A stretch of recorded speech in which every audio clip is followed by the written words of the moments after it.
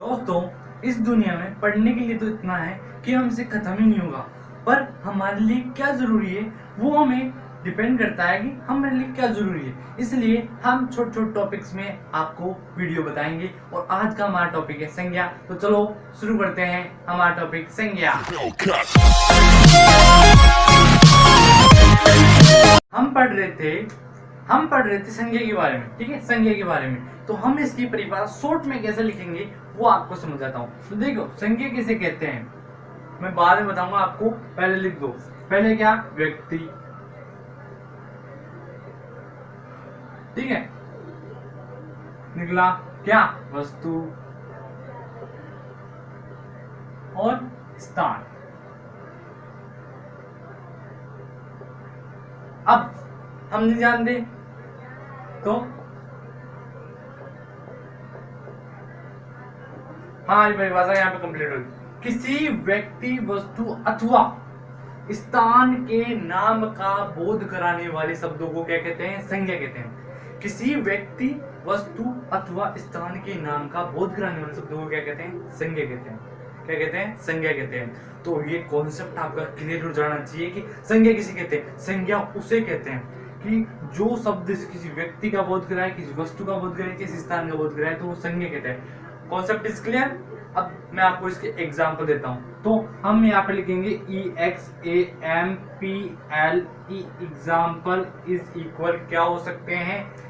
राम, व्यक्ति का नाम है राम। राम फेमस, राम का नाम ही क्योंकि राम फेमस नेम है, क्योंकि राजा थे राम, राजा रघुपति राम, ठीक है। वस्तु में किसका नाम है? कुर्सी। और स्थान में जयपुर एक स्थान है। कैपिटल किसकी है? राजस्थान की, तो हम राजस्थान भी एक स्थान है, तो राजस्थान भी लिखते हैं। ये स्थानों के नाम है। तो ये दो तो हुए स्थानों के नाम, ये कुर्सी का नाम और ये किसी फेमस मैन का नाम, राजा का नाम। किसका नाम? अपना नाम भी जोड़ सकते हो, जैसे मेरा नाम है अमन, पूरा नहीं जोड़ूंगा मैं, केवल सिंगल नेम जोड़ना है। मेरी संज्ञा क्या है? मुझे किस नाम से डिनोट किया गया है। देखो, मेरा नाम डिनोट किस प्रकार हुआ। अब देखो, मैं एक लड़का हुआ, ठीक है, मैं एक लड़का हुआ। ये पुरुष को दर्शाने का चिन्ह है, साइंस में आप पढ़ोगे तो ये लड़का हुआ। अब इसको क्या कहेंगे? आपके समझने के लिए मैं ऐसे कर देता हूँ, ठीक है। इसको क्या कहेंगे? कुछ भी नहीं, लड़के ऐसे तो बहुत सारे लड़के होते हैं, बहुत सारे होते हैं, इसलिए सबका एक एक नाम हो गया, एक नाम कर दिए। जैसे मेरा नाम कर दिए, फिर अमन। अब श्याम, राम और अमन, तीन लड़के हैं। अब इनमें से मैं श्याम को बुलाऊंगा तो श्याम ही आएगा, राम नहीं आएगा, क्योंकि उसका नाम क्या है? राम है उसका नाम। तो उसको किस संज्ञा मिली है? राम की संज्ञा मिली है। अब आपके पापा कहते हैं, आपकी मम्मी कहती है जा बेटा, मम्मी क्या कहेगी? बेलन लेके आ। पापा क्या कहेंगे? कुर्सी लेके आ, चेयर लेके आ। तो हम कुर्सी की जगह हम उनको पलंग तोड़ लेके जाएंगे, देंगे नहीं देंगे ना। तो इसलिए हम संज्ञा का यूज करते हैं। संज्ञा नामों को दर्शाती है, किसी व्यक्ति के नाम को दर्शाती है, किसी वस्तु के नाम को दर्शाती है और किसी स्थान के नाम को दर्शाती है, ठीक है। तो संज्ञा इसलिए पढ़ते हैं भाई, किसी चीज को संज्ञा दी जाती है, किसी चीज की उपाधि दी जाती है, मतलब कि उससे डिनोटेशन होता है। अब तो समझ गए ना कि संज्ञा किसे कहते हैं? कि किसी व्यक्ति, वस्तु, स्थान का नाम का बोध कराने वाले शब्दों को संज्ञा कहते हैं। तो आइए जानते हैं संज्ञा कितने प्रकार की होती है, तो जानेंगे। अब पढ़ लेते हैं हम संज्ञा के प्रकार। संज्ञा के तीन प्रकार होते हैं। प्रमुख, मैंने यहाँ पे प्रमुख शब्द लिखा है। प्रमुख तीन भेद होते हैं। देखो, मानने वाले कितने ही मान ले, अपने को तो तीन ही पढ़ने हैं भाई, तीन ही पढ़ेंगे हम, तो बाद में पढ़ते रहेंगे, पहले तीन तो पढ़ लें भाई। ज्ञान बहुत सारा है, मोस्ट ज्ञान तो लेने, ठीक है। तो तीन भेद कौन से? व्यक्तिवाचक संज्ञा, जातिवाचक संज्ञा और भाववाचक संज्ञा। देखो, भाववाचक संज्ञा, जातिवाचक संज्ञा, व्यक्तिवाचक संज्ञा कैसे बोल दो? क्रम वाइज ऐसे कोई जरूरी नहीं कि क्रम वाइज लर्न करो, बाद में जब परफेक्ट यूज करते हैं तब ऑटोमेटिक आपको आने लग जाते हैं। व्यक्तिवाचक यानी विशेष,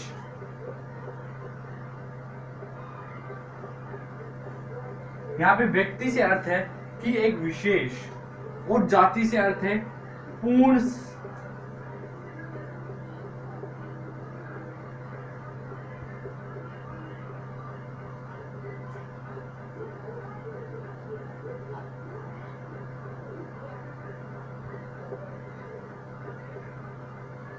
भाव से अर्थ है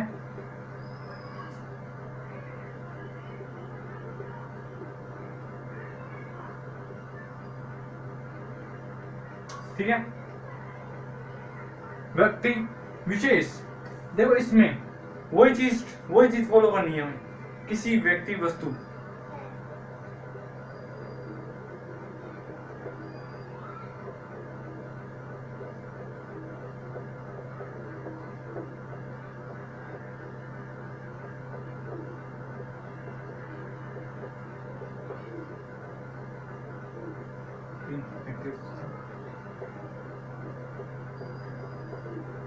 ठीक है।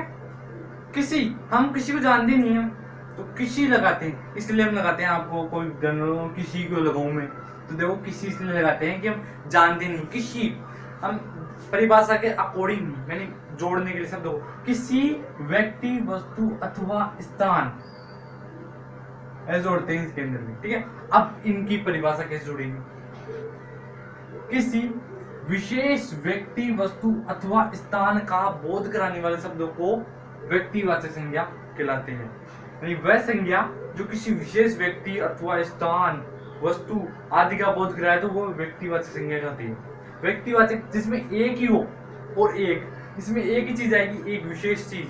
जैसे जयपुर में जंतर मंतर कहाँ किस चीज के लिए प्रसिद्ध है? तारों को देखने के लिए, ठीक है। जैसे ठीक है, और चिड़ियाघर किसके लिए पसंद होता है?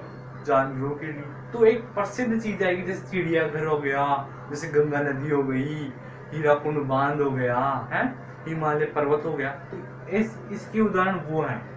अब इसके देख लेते, उदाहरण सबके साथ में देखेंगे या फिर उदाहरण देख ले। पहले उदाहरण देख लेते, चलो पहले एग्जाम्पल किसके देखेंगे हम? व्यक्तिवाचक के। तो देखो राम हो गया, विशेष है राम, और मैं क्या लिख दूं इनकी जगह? क्या लिख दूं मैं? श्री राम लिख दूं।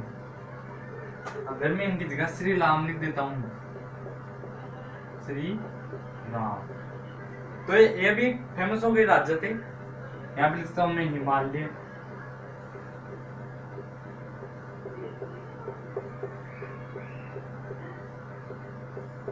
गंगा नदी। अब ये तो थे पहले के भाई, एक विशेष चीज का बोध कराए। इन तीनों में से कोई विशेष चीज आए तो वो व्यक्ति हो जाएगी। और जातिवाचक संज्ञा क्या है? जातिवाचक संज्ञा क्या है?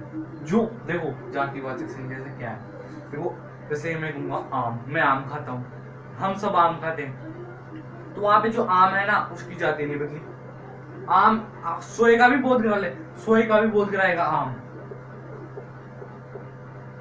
आम पूरी जाति का बोध कराएगा कि हम आम खाते हैं, हम आम खाते हैं, ठीक है। बहुवचन के साथ नहीं बदल रहा है। जैसे हम कुर्सी पे बैठते हैं, और मैं कुर्सी पर बैठता हूँ। तो देखो मैं कुर्सी पर बैठता हूँ, तो देखो इसमें देखो मैं कुर्सी पर बैठता हूँ, ठीक है। और यहाँ पे लगा देंगे हम कुर्सियों पर बैठते हैं।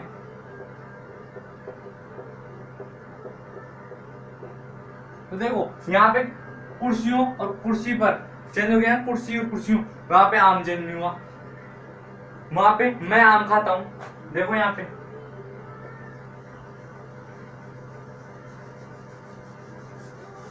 पे आप देखोगे कुछ कमाल का, मैं आम खाता हूं,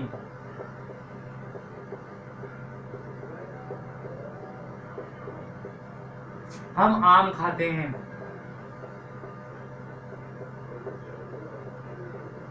यहाँ पे केवल क्रिया बदल रही है, ठीक है। तो आम चेंज नहीं हो रहा है, यानी आम जातिवाचक संज्ञा में आएगा।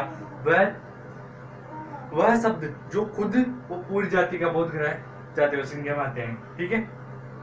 और भाववाचक संज्ञा जब देखेंगे, यानी कि हम पढ़ रहे थे भाववाचक संज्ञा। भाववाचक संज्ञा में भावनाओं, भावों, किसका? भावों, स्वभाव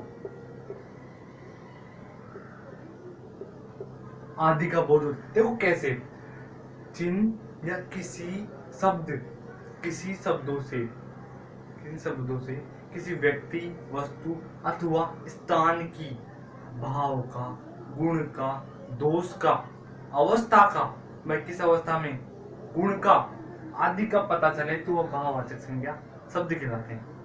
ठीक है, ये परिभाषा आप अपने मन से जोड़ोगे। ठीक है, पहले हम खुद की मन की परिभाषा, हम तो देखो मन की परिभाषा देख रहे हैं, हम ये नहीं देख रहे कि बुक में क्या लिखा है, हम तो आपको समझाने का प्रयास कर रहे हैं। क्या कर रहे हैं? प्रयास कर रहे हैं। ठीक है, हम तो क्यों, ये परिभाषा आपसे जुड़ती है नहीं जुड़ती है तो दोबारा से देखो और इसकी आप प्रैक्टिस आप करोगे।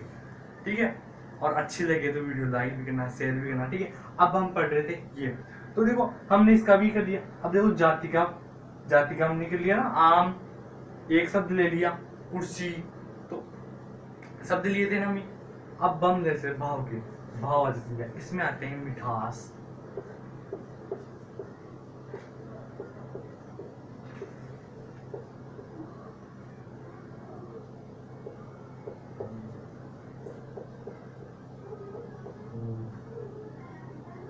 मिठास, भय, क्रोध।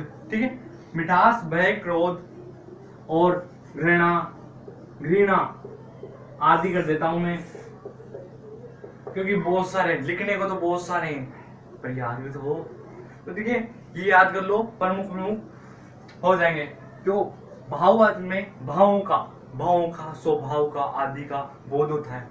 जिन शब्दों से किसी व्यक्ति, वस्तु अथवा स्थान के भाव, दोष, गुण, अवस्था का बोध होता है उन्हें भाववाचक संज्ञा कहते हैं। जातिवाचक संज्ञा वह शब्द जो स्वयं व पूर्ण जाति का बोध कराए, वो क्या कहलाए? जातिवाचक संज्ञा। वह शब्द जो किसी विशेष व्यक्ति, वस्तु अथवा स्थान का बोध कराए, व्यक्तिवाचक संज्ञा। सो फ्रेंड्स, ये हो गया हमारा संज्ञा का एलिमेंट। सो थैंक यू दोस्तों, आपको इस वीडियो में बने रहने के लिए। दोस्तों आपसे ये गुजारिश है कि मेहनत करोगे तो सफलता जरूर मिलेगी। Mind, active, talent, hard work, success. So thank you.